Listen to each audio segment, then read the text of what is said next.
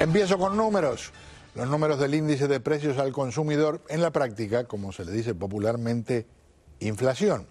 ¿Qué pasó durante noviembre del 2023? Bueno, aquí están los números. En noviembre los precios subieron 1/10. En octubre, por cierto, no subieron.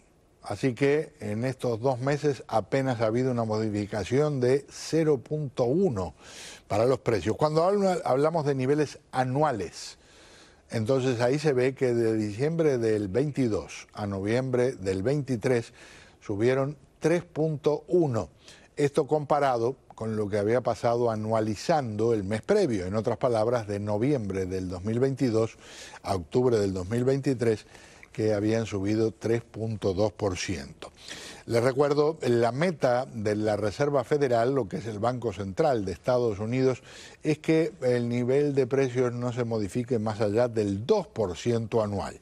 Todavía falta para eso, pero ni qué hablar que los resultados son considerablemente mejores que lo que se vivió cuando, por ejemplo, el año pasado en un momento se llegó a tocar 9%.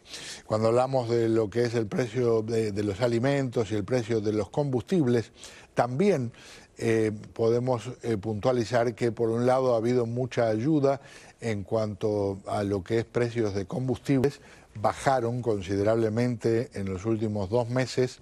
Algunas cosas como los precios de las viviendas en muchos mercados del país se han estabilizado o han bajado. Ese, por cierto, no es el caso del sur de Florida, pero sí se refleja a nivel nacional. Y con el tema de los vehículos también se ha notado una disminución en algunos casos de precios. Les recuerdo algo, piensen en algo que valía 100. Si aumenta 9% el índice al consumidor, quiere decir que se está pagando 109. Entonces después dicen, aumentó solo 3%. Bueno, pero no aumenta 3% desde 100, aumenta desde 109. Pasa a más o menos 112. En otras palabras, no es que estén bajando los precios, lo que está bajando es la velocidad a la que aumentan. Creo que es un punto importante a mencionar. Y por cierto, un detalle que también quiero incorporar en el tema, a veces se apropian méritos, ya sea del lado demócrata, del lado republicano. Ahora en la Casa Blanca están diciendo, ¿vieron? Están bajando los precios. Bueno, en realidad la subida y bajada de los precios no depende directamente en la mayoría de los casos de lo que decida un presidente. Si de repente aumenta el precio del petróleo, eso es un tema a nivel internacional sobre el cual ningún presidente tiene control, sea demócrata, sea republicano, sea rojo, sea azul, sea verde. Esa es la realidad en la que vivimos. Bueno, vámonos a otro territorio y en este caso a lo que ha pasado en el correr de las últimas horas en la guerra en la Franja de Gaza, que amenaza expandirse. Por lo pronto, imágenes de un operativo del ejército israelí.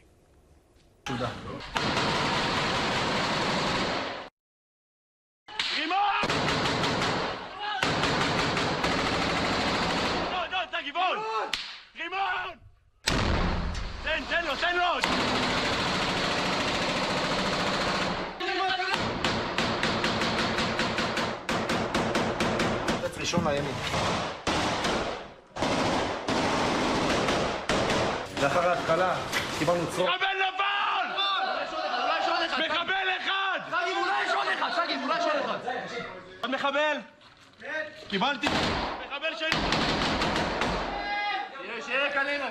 Eso en el sur de la Franja de Gaza. En el norte de Israel, que hace frontera con el sur de Líbano, aumenta el nivel de los combates y su intensidad y se teme que la situación con Hezbollah avance hacia lo que sería ya claramente una guerra con ellos. Ese es el panorama.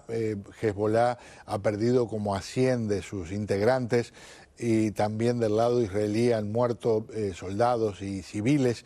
Pero ya el gobierno de Israel le dijo al de Estados Unidos que cree muy difícil que se pueda evitar una guerra ya concreta con Hezbollah. Mientras, este es el panorama en otras áreas. Mientras Israel concentra sus esfuerzos en Gaza y en mantener un contenido intercambio de fuego con Hezbollah en la frontera con Líbano, la tensión crece al sur, en las aguas del Mar Rojo. Los rebeldes hutíes de Yemen reivindican un ataque a un petrolero noruego que habría provocado un incendio sin causar víctimas. Estados Unidos confirma que el buque fue atacado con un misil y la Marina francesa informa que ayer derribó un dron que amenazaba el navío. Un portavoz militar de los insurgentes dice que atacarán a todos los barcos que se dirijan a Israel en represalia por la guerra en Gaza. Tel Aviv acusa a Teherán de los ataques. Desde el comienzo de la guerra en Gaza, Israel ha derribado varios misiles y drones de los hutíes contra su territorio.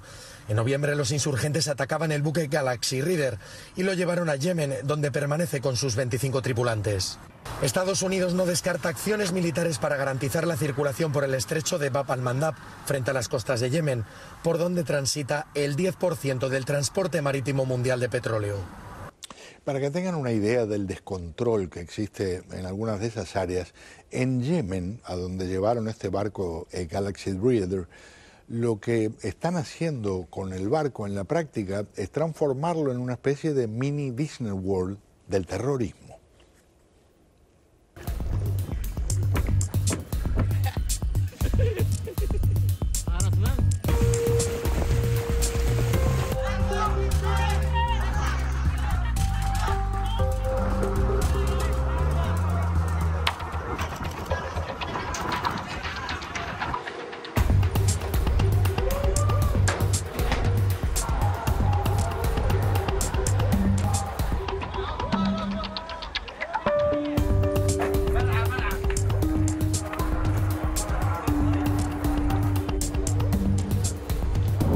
تشوف اليمنيين كيف الحجم اللي يدخلوا لها في كل يوم حجم كبير. تحولت بدل ما كانوا يزوروا الحدائق والشاطئ رجعوا يزوروا سفينة جالكسي.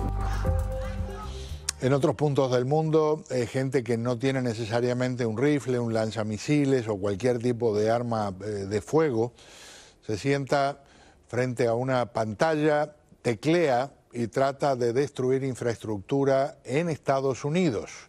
Esto ocurre, por ejemplo, con un reporte que han hecho autoridades estadounidenses que establece que grupos de hackers, es decir, piratas cibernéticos que trabajan con el ejército chino, han llevado a la práctica decenas, cientos de ataques a lo largo de lo que va del año y dicen que se han incrementado en los últimos tiempos. Le digo bienvenido a Rod Soto, que es un hacker del equipo de los buenos, con Hack Miami, un hombre que en muchos casos tiene que invertir gran parte de sus jornadas en ayudar a defender posiciones cibernéticas de empresas u organizaciones estatales estadounidenses. Rod, ¿cómo estás? Bien, gracias por tenerme. Un gran gusto. Para ti no es novedad, me imagino, esto. Sí, esto no... Realmente lo que llama la atención aquí es la declaración.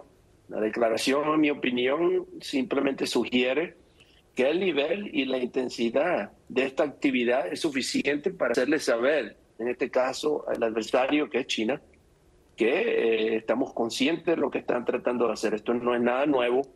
Esto es un modo operandi de China. China roba con total descaro propiedad intelectual, se enfoca en nuestra defensa, sobre todo en la capacidad industrial de defensa, en nuestra capacidad de tecnología.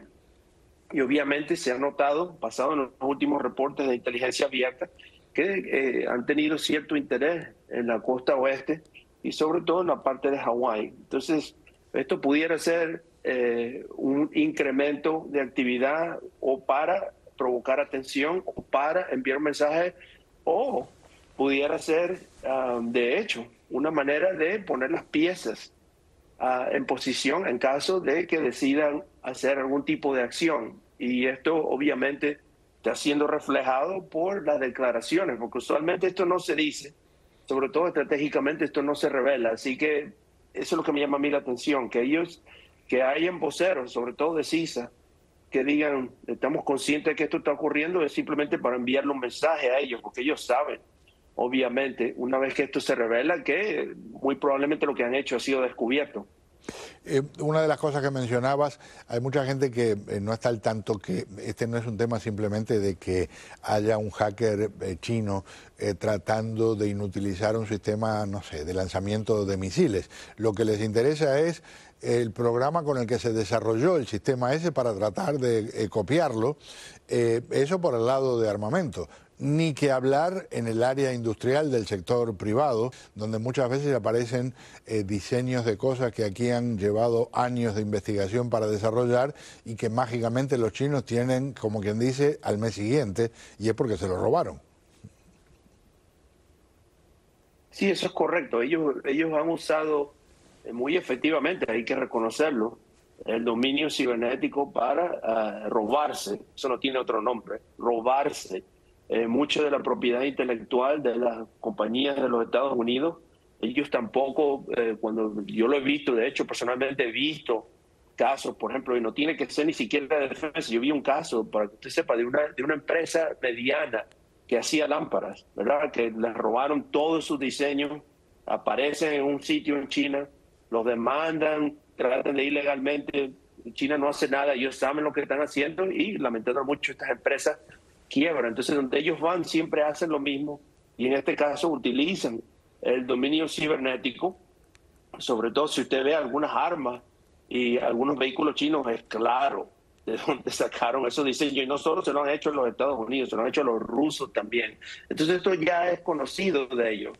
Lo que llama la atención es probablemente la atención que ellos han puesto en ciertas locaciones, como se menciona en los reportes de inteligencia abierta, que dice que aparentemente en algunos lugares en Hawái pudiera haberse visto algún tipo de actividad, específicamente en, obviamente, infraestructura crítica, que es algo que ya hemos visto durante la campaña entre Rusia versus Ucrania, donde hay la combinación, ¿verdad?, del uso del dominio ciberespacio acompañado con ataques cinéticos. Entonces, cuando se ve este tipo de actividades, sobre todo aquellas que están tratando de afectar infraestructura crítica, estamos hablando de la luz, agua, comunicaciones, transporte, obviamente eso te da a ti una evidencia, te advierte de que esto puede ser usado y hacer daño. Qué espanto, qué espanto. Señor, un placer tenerlo aquí con nosotros. Muchas gracias. Gracias. Un placer.